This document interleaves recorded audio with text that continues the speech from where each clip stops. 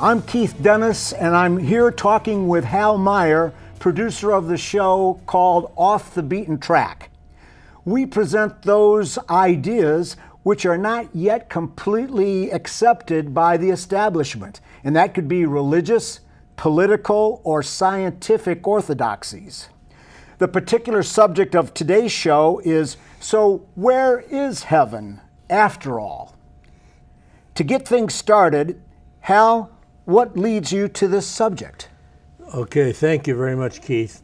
Look, the problem begins very early in life, doesn't it? That is, we're saying to our children, oh, but you know, if there's an afterlife, there's a heaven. And then even a child can figure out, well, where's heaven?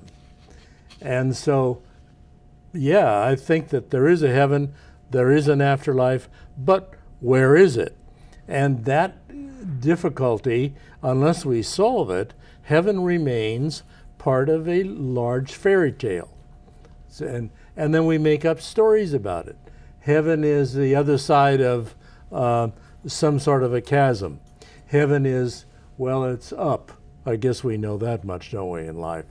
But in fact, in recent years, the problem has become more and more focused because something happened in the 1970s with the discovery of and proliferation of studies on the subject of near-death experience. Now, as you recall, and by this time most people do recall, because near-death experience studies were initiated really first by a fellow by the name of Raymond Moody Jr. He was a physician, eventually a psychiatrist, and he had observed that there was this peculiar phenomenon of people who apparently had died. They were clinically dead according to their physicians, and let's say it was an operation, and they floated up out of their body up to the ceiling and looked down and heard that this doctor declare them kaput. They were finished, okay? And yet, looking down, they said, oh, gee, I'm completely conscious. I don't know what that looks like a really dead body down there, but I'm happy and except for the fact that I'm a little bit confused. Now, Hal, is this getting back to what some of the people say about seeing a light at the end of a tunnel? Is that, are we talking about that kind of phenomenon? The next part of it. A lot of them then begin to move around in this newfound body or spiritual world. They're light, they go down a tunnel, they find a great master, they find what looks to them like angels or guides, and eventually learn a lot about that afterlife. Now, what they learn is especially important. Let me just give you an idea of some of the things that they say. They say, for example, that when they come back, that people say, what did you discover? And then they get this blank look that says, well, I could tell you, but I can't find words to do it with. I've had an ineffable experience. I'm now perplexed as to how really to explain this. Okay, now Hal, for our audience, ineffable. Can you define what ineffable means? Simply incredible, unbelievable, and hard to explain. Difficult, impossible to explain. Inexplicable is another word for it, probably. And when they come back, they describe other things. Well, they say you operate by, you don't have physical thought, but you do have telepathy.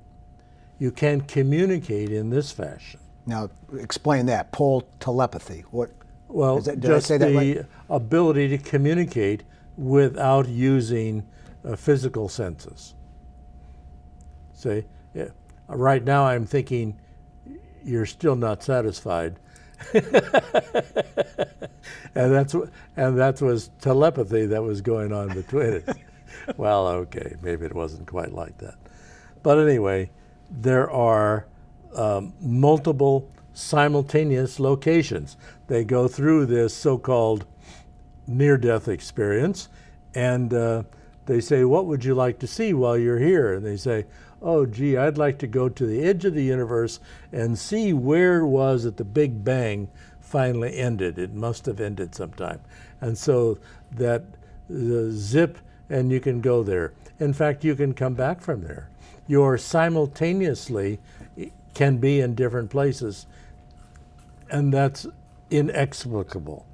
In any event, there is light, there is a wisdom, there is all knowledge available to you. And so when they come back, there is a good reason to believe that someone says, well, where were you? Was that heaven? Well, I'll tell you what, if it wasn't heaven, then I would like to know what is, because it looked like I was in a different level of reality, and I don't know how to describe other levels of reality except to say that they were heavenly ones.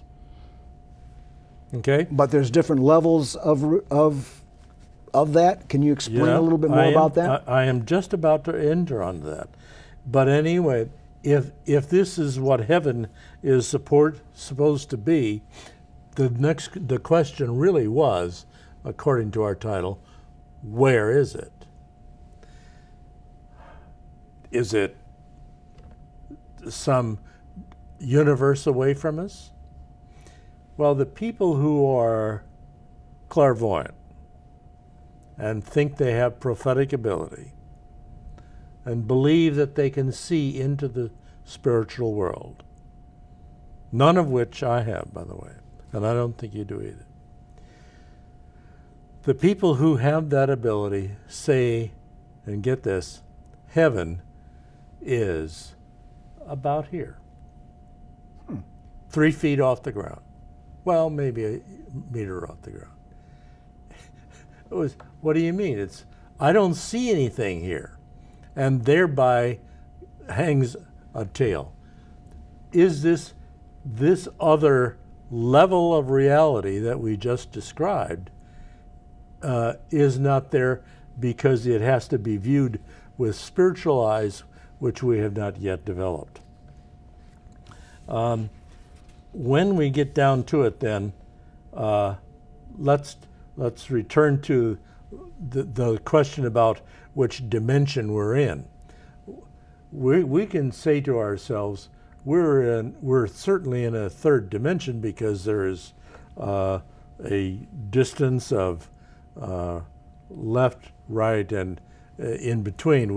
We operate with 3 different dimensions in our life. So we're presumed to be in the third dimension. But when we got to the near-death experience, time certainly was a dimension, but it operated completely differently. So maybe there are 6 dimensions. And maybe when you get beyond that, there are another dozen. So that's the difficulty in also discovering where that heaven is. Think about it this way. The heaven is a little bit like the reality is a little bit like a fan. When it moves very slowly, you can see the individual blades. You can even look between the blades and see what's behind it. And if it speeds up just a little bit, it becomes blurred and so forth. When it speeds up a lot, the fan blades disappear altogether. And what the people or the community of clairvoyants say, it disappears altogether because it is now gone from one frequency, let's say a sound frequency, one frequency to another, and the difference is so great that you can no longer see the one reality that is that far off the ground. So if I'm understanding you right now, Hal, so far, we have clairvoyants and people that are more able to see in these other dimensions, and they're basically saying, if I understand you right, Hal, that heaven is closer than you may think. It may be in a different dimension that we as humans can experience because we're not tuned in to those dimensions. Am I reading you right Yes. so far? Tuned in is, by the way, a completely appropriate way to refer to this. I used the image of a fan, and that might suggest that there's a visual, a light image involved here. The people who are involved in this say, no, actually it's a sound image. There's a difference in the spiritual world that operates on a basis of sound, and if there's a frequency at the note of C at 400 kilohertz per minute or per second, actually in the life that you're trying to observe, it's 40,000 or 400,000, and so for that reason, it's obviously not an image that's available to you. You don't have the sense organs with which to see it.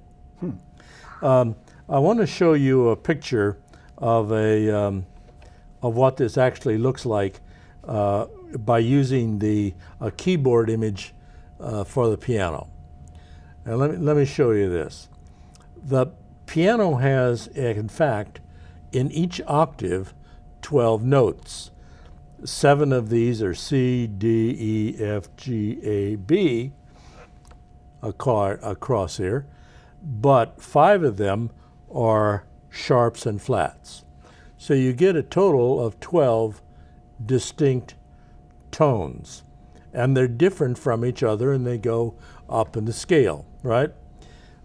In addition, however, they say there are in each of those notes a group of harmonics. They're so close together that those 12 harmonics still represent the C or the D or whatever it is that you're worried about or that you'd like to discuss. And I suppose that's probably why a oboe may sound, even though it's playing the same note as a piano, sounds different. It's probably because of the harmonics that are unique to that instrument, or?